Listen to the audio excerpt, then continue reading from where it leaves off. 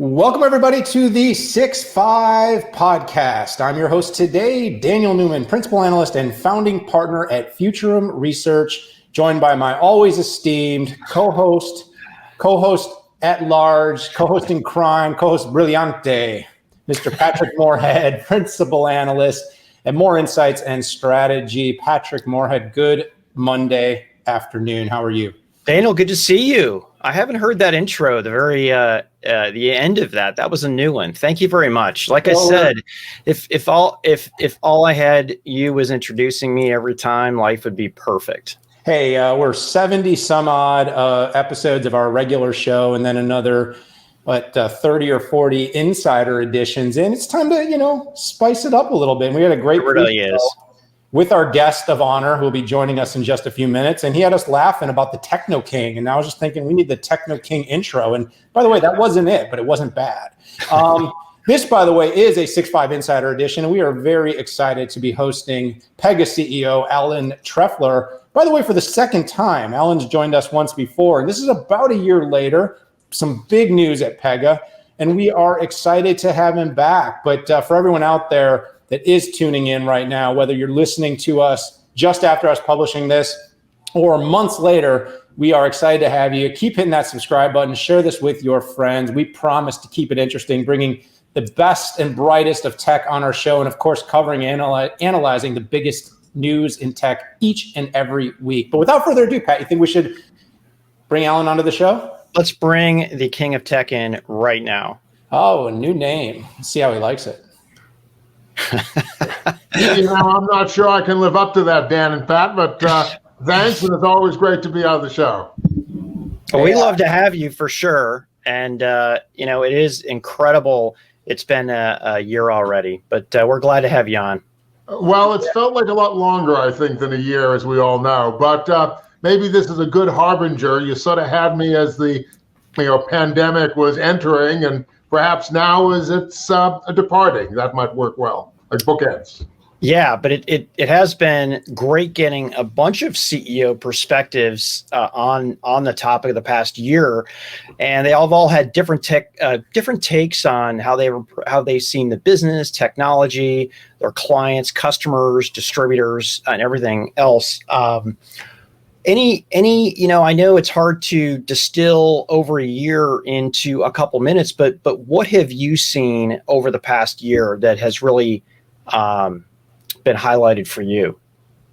Well, obviously, it's been a year where digital transformation has gotten real. And a lot of organizations, I believe, have had to really hustle to make things work and had to actually do things in days and weeks that they would have thought would have taken years.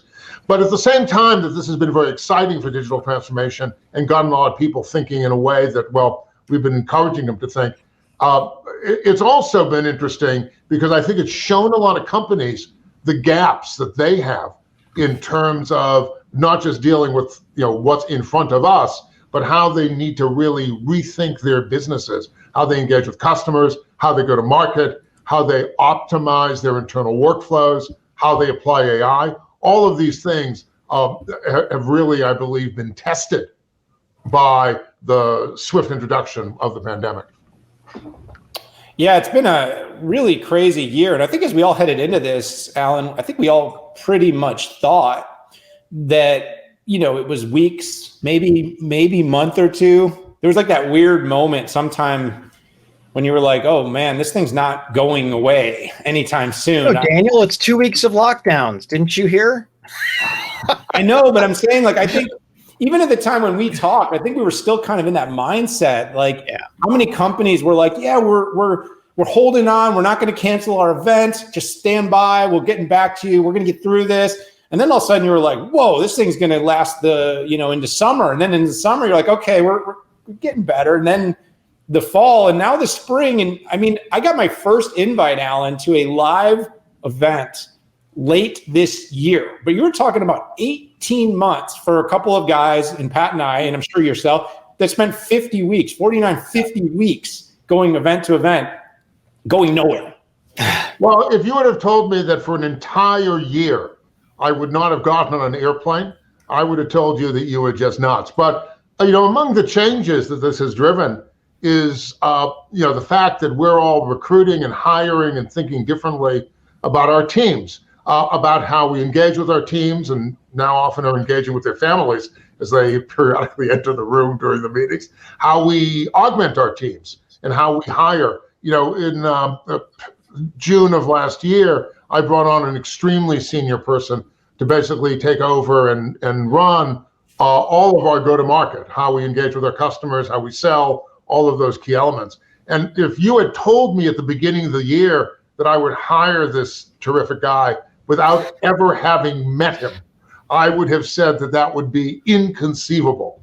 And yet, when we got to it, the choice was either dawdling or going ahead and doing what so many companies have had to do, which is really challenge some of their perceptions.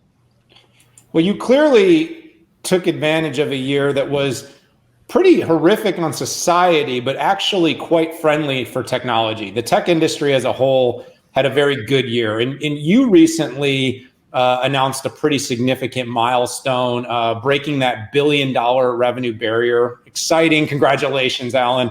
Great to know that we worked with you before you hit $1 billion. Now we expect to work with you more, that you have hit $1 billion. But I wanted to just kind of hear from you. I mean, that is a very small club. And despite the fact that we hear about $1 trillion market caps more often than you would believe now, hitting $1 billion in revenue is a really significant accomplishment, something you should be very proud of. But I'd love to hear just a little bit. You broke this during the pandemic. You went from less to over. What do you, you kind of mentioned, what are you attributing a lot of that to? Well, I think that our staff has shown a tremendous resilience and creativity in terms of figuring out how to do things differently. For the first 48 hours after the pandemic hit, I wasn't sure how it was going to go. But by the time we had 72 hours, I realized that we were going to be able to deliver for our customers. We're going to be able to engage creatively with them, going to be able to really break some barriers and actually do it at a record pace. I've told the story of our interactions in the first couple of weeks with the state of Bavaria, which is the second largest state in Germany. And what was interesting is the German government was not a customer. So what happened is somebody who had worked for a bank and had worked with our software said, we desperately need Pega if we're going to be in a position to handle and support all these companies that are at risk of going out of business and are applying for loans and are applying for forbearance. And what we did would have historically taken us, I would say, weeks or a couple of months. We were in there for one day to do the analysis, what we call a catalyst exercise, where we really look at what's possible. The end of that day, they said go. And by that weekend, we were live taking hundreds of thousands of interactions with their small businesses. And being able to actually deliver a distance without the physicality that historically we would have been in one room around a whiteboard actually can bring a real efficiency to how you deliver, because the customer and we don't have to organize the schedules. We just need to reserve the time, and you can be there in the moment. It's a fascinating turn of events. Well, and the other thing about your service and product lines is that you are simplifying folks, right? You're simplifying operations, and I feel like things did get harder. So you were an actual solution to their problems, not some, I don't know, esoteric type of thing. And by the way, any type of software service that requires mandates on-prem interaction, you kind of got to wonder its degree of difficulty. But that's just my take. Well, a lot of it was just, people were used to congregating around a whiteboard. And now the whiteboards are all virtual. And look, anybody who required it is now dead. The reality is, the test was pretty extreme, I would say. But what I'm thrilled about is not just that it was able to get it done, but how much faster and even better it was. Because one of the things about our software that I think is core to our value prop is, yes, we simplify. We make it really easy to get that first thing done. But the architecture is such that it really lets you model your entire set of business processes in a way that you can bring AI into it, in a way you can update backend systems and in a way that it really helps you create a business architecture that's suitable for tough times like these and hopefully the easier ones to come. Yeah, so you've long talked about software that writes software. And as AI and ML continue to have greater influence over technology and software, I'm wondering, how are you going to make this even more prevalent into your solutions? Well, the vision of writing software by typing arcane words into text files and compiling them, which is the way that nearly all software gets written these days, I think has been antiquated for 3 decades. What we really need is to be able to model what the objectives of our business are, be able to use AI to optimize, and then literally have our product, be able to implement those outcomes in a multi-cloud fashion. And that's particularly apropos now. And what I'm excited about is a lot of people are now talking about no code and low code and lots of buzzwords. We have the experience to know what it really takes to be able to deliver that at scale, not just scale in terms of volumes of transactions, but scale in terms of the sophistication that's needed if you're really going to move your business into the technology and into the cloud. Is there any way, is the software smart enough today when you're looking at a process? Can it even make suggestions of how to streamline a process? Because I'm sure your customers, they come in 2 sets. First of all, some of them want to relook at their process and come up with a new process. Some just want to automate the same process, good, bad, or ugly. Well, you always want to be looking for opportunities to improve your process and to make better decisions. And if you want to think about Pega, those are the 2 things we do. We empower organizations, like I was just on the phone last week with Commonwealth Bank of Australia, not one of my biggest, but one of my favorite customers, who has really used what they call their customer engagement engine, which they are very, very public, is all built on Pega, to be able to make great decisions and then execute. So for example, beginning of last year, pre-COVID, Australia was overwhelmed by brush fires. That's right. They were able to use this technology to find the people who were at risk of frankly losing their homes and tell them, hey, you don't have to worry about paying your credit card this month. You've got some extra balance. Right. You can pull some cash out. So if you're running for your life, you're not wondering whether your bank is on your side or not. And then when COVID hit, being able to, again, just do revolutionary things in terms of both the decisions they made and then how the processes were executed. All of these can be recursively improved, tested, and it's part of not just the software writing the software. Think of it as software perfecting the software. My hunch says that a lot of your service folks, because they're so engaged in helping customers create new process, that your folks are probably pretty good at making suggestions on how to streamline things, because they've been there, they've done that. And not that you're a consulting organization, you're not, but you have an arm of people who can do that. And I think I think that would be super valuable in times like this. Well, it's more than just our people, because in addition to the about 20% of our team who's involved in that sort of consultative work, and obviously has a lot of experience and has seen a lot of things across industries, we've got tens of thousands of partners who are able to bring that sort of expertise in. And we work terrifically with those folks. That's a very important route to market for us. And I think together that gives our customers, frankly, the ability to learn some of these best practices, but also to themselves become empowered. Part of our vision is the customers really want to be owners of their processes, their decisions, and they don't want to really have to delegate that either to outside teams or to data scientists. They, business people need to own the business. Yeah. Absolutely. I mean, you guys have been talking about these topics for years. I can still recall, I don't know if it was a couple years back, Alan, listening to your CTO, Don Sherman. By the way, always gave really fun keynotes. I still remember kind of quoting a few of his data points about AI and ML. I remember him talking about how many posts we would have to do on different social networks. I think before it was Facebook, how many times we had to post before Facebook knew us better than we knew ourselves was one of his data points. And it effectively, clarified in my own mind that my closest friend is my mobile device by far. That's pretty sad, Daniel. It's definitely the most intimate keeper of my life and secrets. But anyways, it's just always been something that's been really focused by your company. I just want to make sure you're being careful what you post if you're that intimate with your phone. But I know.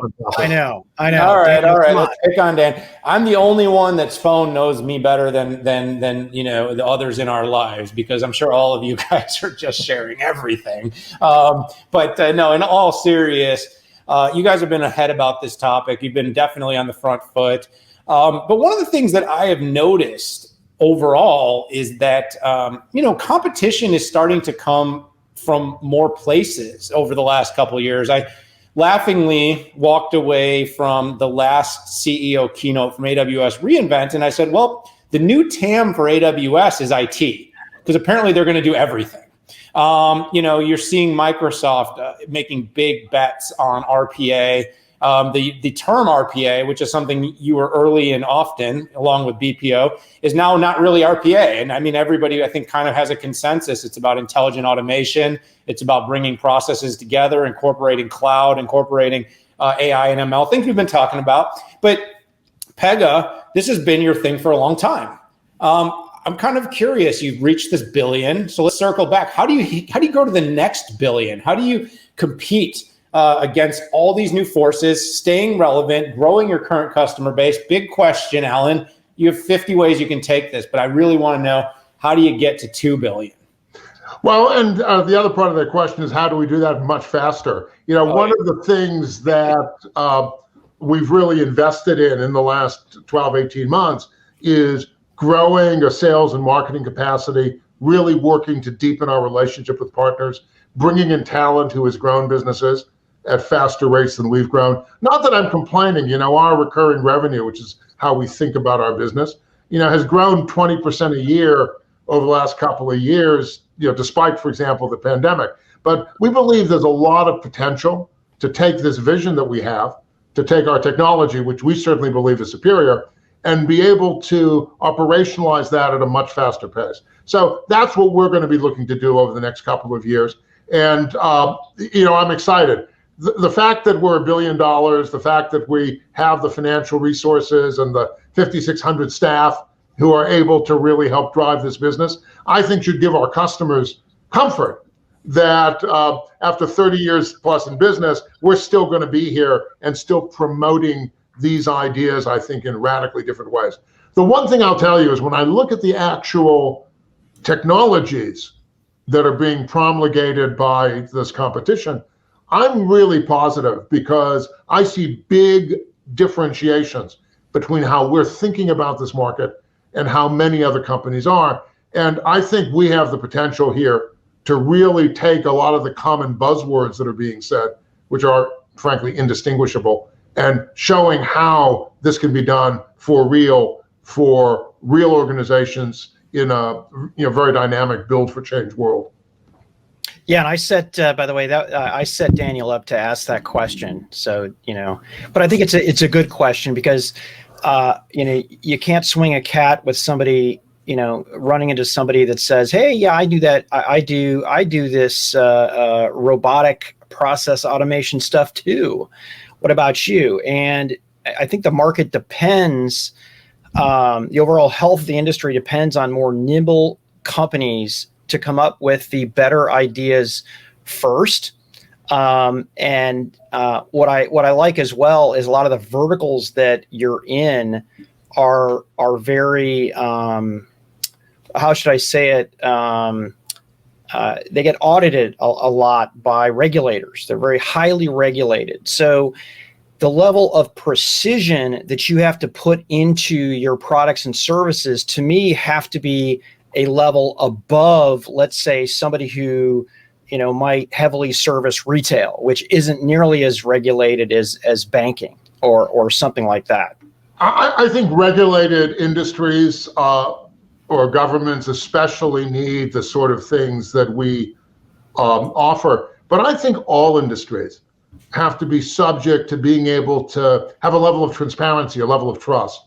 You know, the industries that are using AI but can't explain how it's being used can easily discriminate against customer segments, easily do things that will break trust with the consumers. And regardless of industry, I think that's something that should be top of mind for all executives. Oh, it is. Yeah. Why did that mortgage get, not get accepted? Oh, we can't tell you. We're sorry. That doesn't work with the regulators. So, Alan, we've talked about your customers. You talked about your partners and how in most times they're actually the ones doing most of the upfront customer to customer BPO type stuff. You have an event that's coming up that combines all of those. PegaWorld Inspire 2021. Can you talk a little bit about that?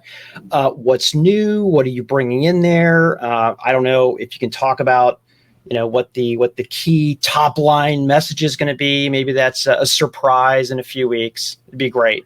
Well, we don't want to, destroy the show by announcing it as much as you'd like to. But well, you could. It's fabulous. It starts May 4th at 9 a.m. Eastern time, and it's going to star some amazing companies, some of which have been announced, like Wells Fargo, others which will be announced coming forward, telling their stories. So it's not just about what we're going to announce that's new for our technology, but it's going to be how customers are going to explain in their own words, frankly, in many cases, things that we wouldn't be allowed to say, because we do have a lot of customers who compete with each other. But if they get up and want to say it, I think that's terrific. And I'm always amazed that organizations are, so creative in how they're able to apply better decision-making and better, intelligent automation or process automation, and do it in ways that sometimes even exceed what we would have imagined. And that's what you're going to see at PegaWorld, plus some hot new product announcements. Can't wait. PegaWorld.com. Well, Thank you. I'll take that as my invite. We'll be signing you out. Excellent. Who's not excited about a digital event? I mean, we've done so few, but in all seriousness, I loved last year that you guys hit the punch lines quickly. Pat and I are not that nice. We have our event. It's going to be 5 days long in June. I'll bug your PR people because we are hoping to get you there, but we'll talk about that later. But your event, you did it quick. It was really impactful, high information, and you were very respectful, Alan. And as two analysts that cover probably some of the broadest east-west swaths of tech, from software to chips, we could not be more appreciative of companies that are thoughtful about how much time they take to get to the point.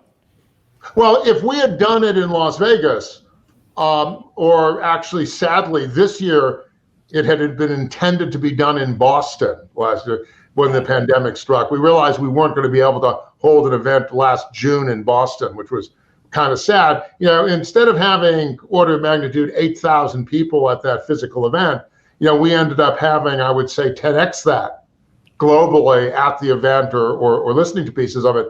But we knew we couldn't do a 2-day event. So we cut it down to 2.5 hours. Right. And really worked to make every piece of it as crisp, as information filled, and also doing chunks of it live. So we were taking live Q&A from the audience to reward them for choosing to check in at that time. And that coupled with having the Dropkick Murphys play us out at the end, that's sort of a Boston hometown band. We got a lot of, I think, positive recognition. And it's all about the team being able to pivot literally in 60 days from thinking we were, flying out to or having an in-person event to realizing that it was going to have to be a whole new way of thinking. Yeah, the team did a really good job, Alan. And by the way, you did a really good job. You've earned yourself an opportunity to return to the 6.5 Insiders. We'll give you a little time. But we'll have you back in a few months or a year when it works out for all of our schedules. Love to hear how things are progressing. Love to kind of circle back on some of the theorizing and philosophizing that you did throughout the show. But it's always super entertaining to have you here. On behalf of the 6-5, Pat, myself, thanks so much for tuning in. We're going to kick you out to the green room. We're going to close up shop here. Thanks. Take care. Bye, guys. Bye-bye. Pat, I always love these shows. What a great job. Alan is, he's entertaining. He clearly knows his stuff. He's got a vision for the future. And, I think they're on a great trajectory to get to that 2 billion if he stays the course. Yeah. And I'll add informative as well. Informative and entertaining. But what I really appreciate is the velocity that Pega operates at. And I think that keeps it all going, right? Smaller companies, the gear is smaller and it's got to go faster and it's coming up with more ideas than, some of these behemoths out there. So I love to see it. Absolutely. And we'll have to check back in with them really soon. But Pat, I think for this particular episode, it's time to kind of let the people know that, hit that subscribe button, join us on Spotify, on Apple Podcasts, and of course on YouTube. We've got video, but if you're listening to this, we like it when you do that too. Definitely subscribe, definitely hit us up on the Twitters at the 6-5 podcast, or follow either one of us, hit us up. We're pretty approachable. We respond to most normal type of tweets or interactions online. But overall, just want to say thank you to the community. Thanks for everyone for tuning in. We'll put some info in the show notes on Pega World Inspire. We'll also put some other updates and highlights that we see fit. But for this episode, for Patrick Moorhead, for myself, Daniel Newman, we want to thank you for tuning in. And we'll see you next time on the 6-5. Bye, everyone.